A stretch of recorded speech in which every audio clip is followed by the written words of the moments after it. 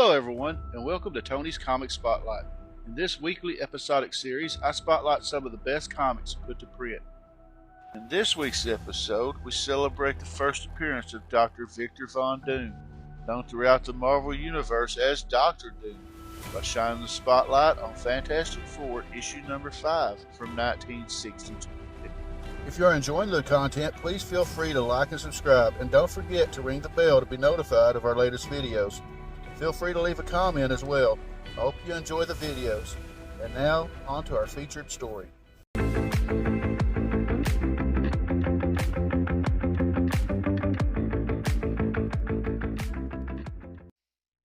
The Fantastic Four in Prisoners of Dr. Doom. Johnny, while reading an issue of The Incredible Hulk, compares Ben to the monster. Ben grabs the comic book, but Johnny sets it afire. Reed and Sue stop them before they come to blows. The lights go out, despite their emergency generator. Dr. Doom, in a helicopter, drops a net over the Baxter building. When Doom calls out to them, Reed recognizes the voice, Victor Von Doom, an old college classmate. After an experiment at a university, during which Doom tried to communicate with the dead but instead caused an explosion, he was expelled. Doom demands Sue as a hostage, and she agrees, going to the roof. Doom takes the Invisible Girl aboard his ship. Binding and gagging her, he then demands the rest of the FF must enter his ship and pledge not to attack him. The Thing agrees to this by sending off a flare. Doom lowers the cage over Reed, Ben, and Johnny and takes them to his castle. Once there, he tells them that he has invented a time machine and that they must retrieve Blackbeard's treasure chest from the past. With Sue as Doom's hostage, they must agree. Doom presses a button, activating the time platform they are unwittingly standing on. They appear in a port where they come across two brigands arguing over a stolen bundle of clothes. Ben scares them off. With the clothes, they disguise themselves, including a heavy black beard for Ben. Looking for someone in Blackbeard's crew, they go to a tavern. Two pirates tell the barmaid to serve the strangers drugged grog. Reed, Ben, and Johnny wake up in the hold of a pirate ship. Ben bursts through the deck and subdues the entire crew with the help of Johnny and Reed. When another ship appears, Ben takes command and orders his crew to attack. Johnny flames on, harasses the other ship, and raises a cloud of steam. Reed stretches to the other ship like a gangplank, over which their crew passes. A quick fight ensues, while Reed and Johnny haul a treasure chest out of the hold. The crew hails Ben as Blackbeard. Reed enters the chest, reminding Johnny that they only promised to bring back Blackbeard's chest, not the treasure itself. He replaces the treasure with chains. On deck, they realize that Ben is the Blackbeard of legend. He refuses to return with them, ordering the crew to douse Johnny, wrap Reed in a sail, and set them adrift in a lifeboat. Before they can launch the boat, though, a huge water spout strikes the ship and destroys it. Reed and Johnny make it to the shore where they find Ben and the chest. The time platform appears above them and returns them to the present.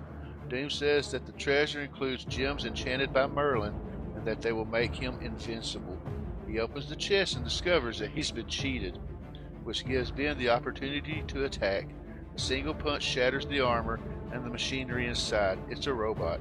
The real Doom, in another part of the castle, activates a screen and tells them he will draw the air from their chamber. Sue, still as hostage, sees her chance. She turns invisible and short-circuits his control panel, which explodes. Doom is caught in the blast. She runs to the chamber and opens the door. Rather than confront Doom, who Reed assumes has traps everywhere, they decide to escape. Reed stretches through a window across the moat. Ben pushes that section of wall open while Reed pulls, and Johnny uses his atomic heat to make a path across the crocodile-infested moat. Johnny then sets fire to the castle, and Doom escapes with his rocket-powered flying harness. Before he can catch Doom, Johnny's flame runs out. Ian.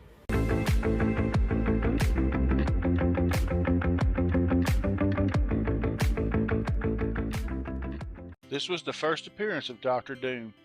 His origins were expanded upon in Fantastic Four Annual Number 2 and the Books of Doom Number 1 through 6.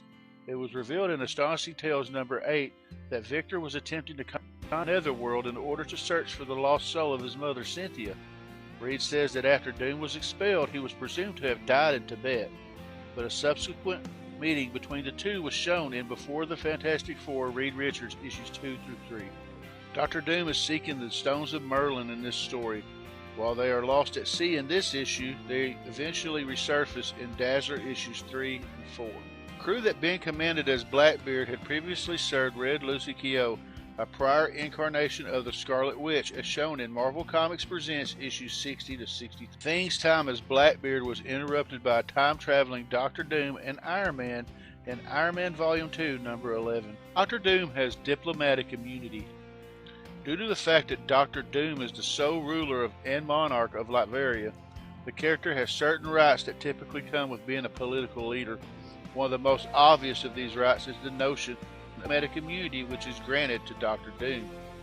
This is odd to comprehend, as the world is well aware that Victor Von Doom is a villain, yet they're unable to touch him due to his diplomatic immunity. Dr. Doom was ranked number 4 by Wizard on its list of the 101 greatest villains of all time, and number 3 on IGN's list of the top 100 comic book villains of all time. In a later article, IGN would declare Doom as the greatest villain. The character has been substantially adapted from the comics into several forms of media, including television series, video games, and merchandise such as action figures and trading cards. Most notably, Dr. Doom has been portrayed in licensed Fantastic Four live-action feature films by Joseph Culp in Roger Corman's unreleased 1994 film, Julian McMahon in the 2005 film and its 2007 sequel, and Toby Kebbell in the 2015 film. Dr. Doom could have been Sorcerer Supreme. Famously, Dr. Stephen Strange is the Sorcerer Supreme of the Marvel Universe. The character is one of the most powerful magical beings in the Marvel Universe, and fortunately is also a heroic character. What's odd to consider then is that Dr. Doom was raised as a potential replacement as Sorcerer Supreme. For those who are unaware, Dr. Doom is one of the most powerful magical beings in the Marvel Universe, with his magical ability being largely self-taught. Dr. Doom has beat the Phoenix Force and the Infinity Gauntlet.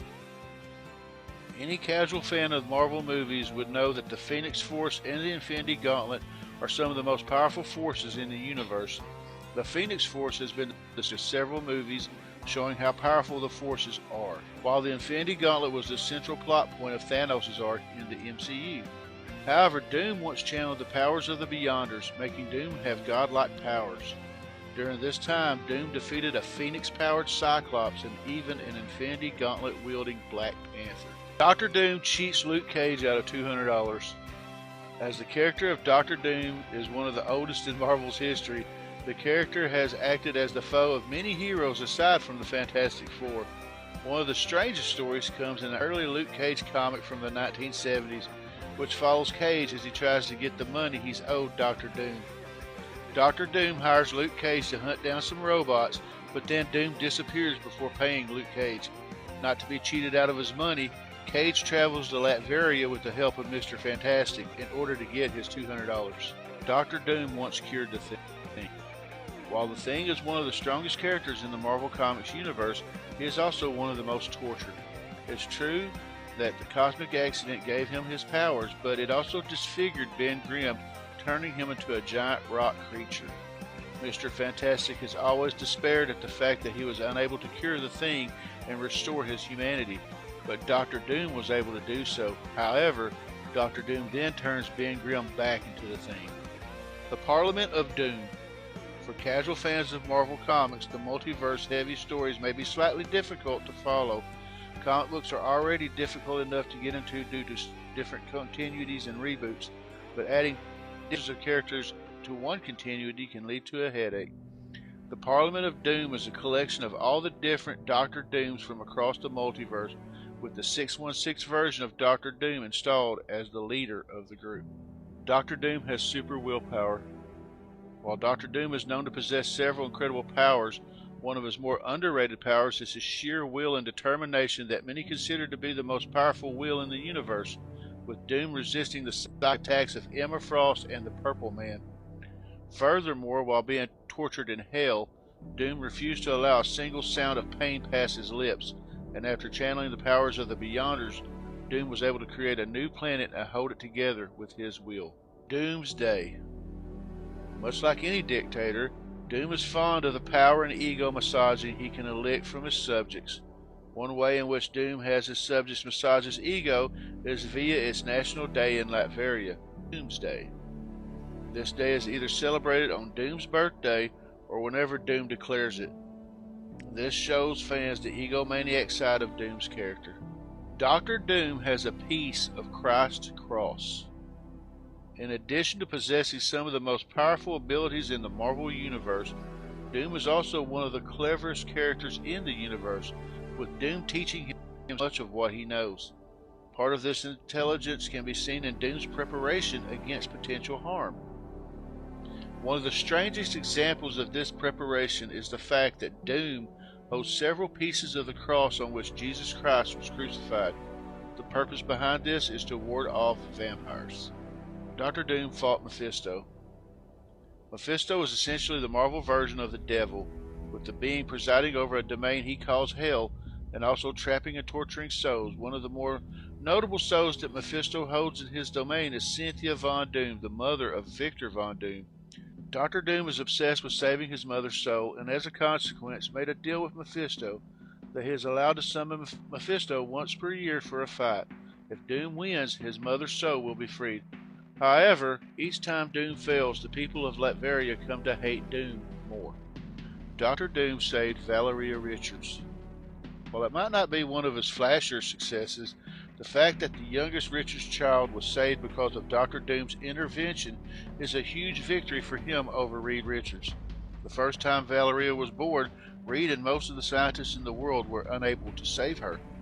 The second time she was born, with the aid of Franklin's reality warping powers, Victor Von Doom was the only hope the Invisible Woman had to save her child. His combination of science and magic saved Valeria when her father's science could not. Dr. Doom became Iron Man. Many heroes did not believe that Dr. Doom meant well when he took up the mantle of Iron Man after Tony Stark's death. Doom stepped up and vowed to do better by himself and humanity as new infamous Iron Man. He did the work and eventually convinced many of his former foes that he really could, with support, be a better man. His heroics were enough to convince even Ben Grimm that he could be a hero that was worthy of the armor. Dr. Doom took over Latveria. Doom's early life in Latveria was traumatic, to say the least. The deaths of his mother and father at the hands of the elite drove Victor to seek revenge against them and provide a safe country for his people. He gave his people the tools and know-how to depose their rulers and put him in their place. Doom's rule over Latveria has been repeatedly shown to provide free education, medical treatment, and assistance to other Roma groups in nearby countries. He is the picture of a benevolent dictator. Dr. Doom battled an eviler version of himself. When Dr. Doom and Iron Man were sent to a future version of Camelot by Merlin, they came face to face with a much worse version of Dr. Doom. In a strange twist, it is not Tony Stark that saves the day and takes down the villain, it's Dr. Doom himself. While the future Dr. Doom realizes that this is probably a major time loop, his present-day version triumphs and keeps the future Camelot safe from his future dictatorship. Dr. Doom saved his mother. So much of Victor Von Doom's story is tied to his attempts to save the soul of his mother Cynthia from Mephisto. With the help of Doctor Strange, he eventually gets the chance to bargain for his mother's soul.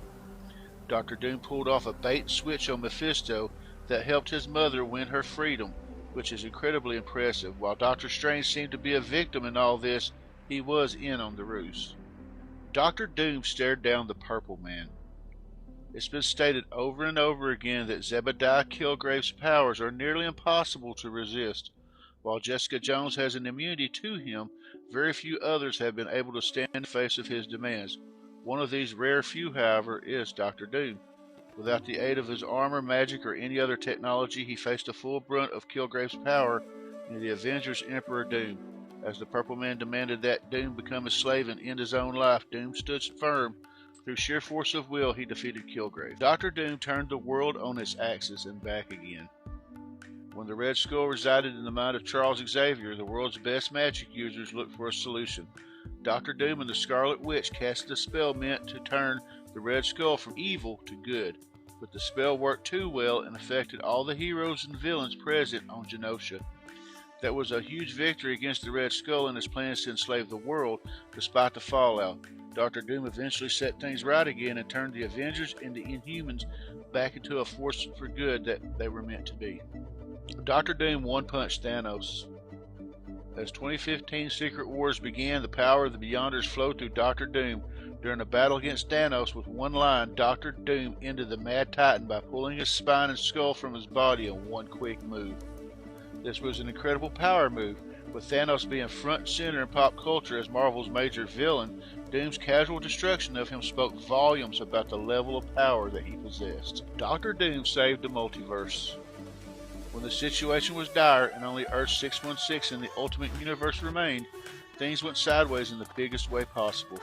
Harnessing the power of the Beyonders, Doom pulled together remnants of the users that were left, forming Battleworld under his rule and saving what he could of the multiverse. The heroes of Earth 616 only had a world because of Doom's ability to salvage bits and pieces of the multiverse. Mr. Fantastic and the rest of the Illuminati could not have rebuilt without Doom's Battleworld as a foundation. I want to thank everybody for watching this video as we took a look at the first appearance of Dr. Victor Von Doom, aka Dr. Doom, in the pages of Fantastic Four issue number 5. If you're enjoying the content, like and subscribe and consider ringing the bell for future notifications. And coming up next week, we're going to take a look at the first appearance of Buddy Baker and his first appearance as Animal Man, as we do not one, but 2 stories from Strange Adventures. By request from my buddy Tim Nerdy, we'll be spotlighting Strange Adventures issues number 180 and issue 190, so that'll be pretty cool. So until next time, everyone, be safe, take care, and God bless. See you.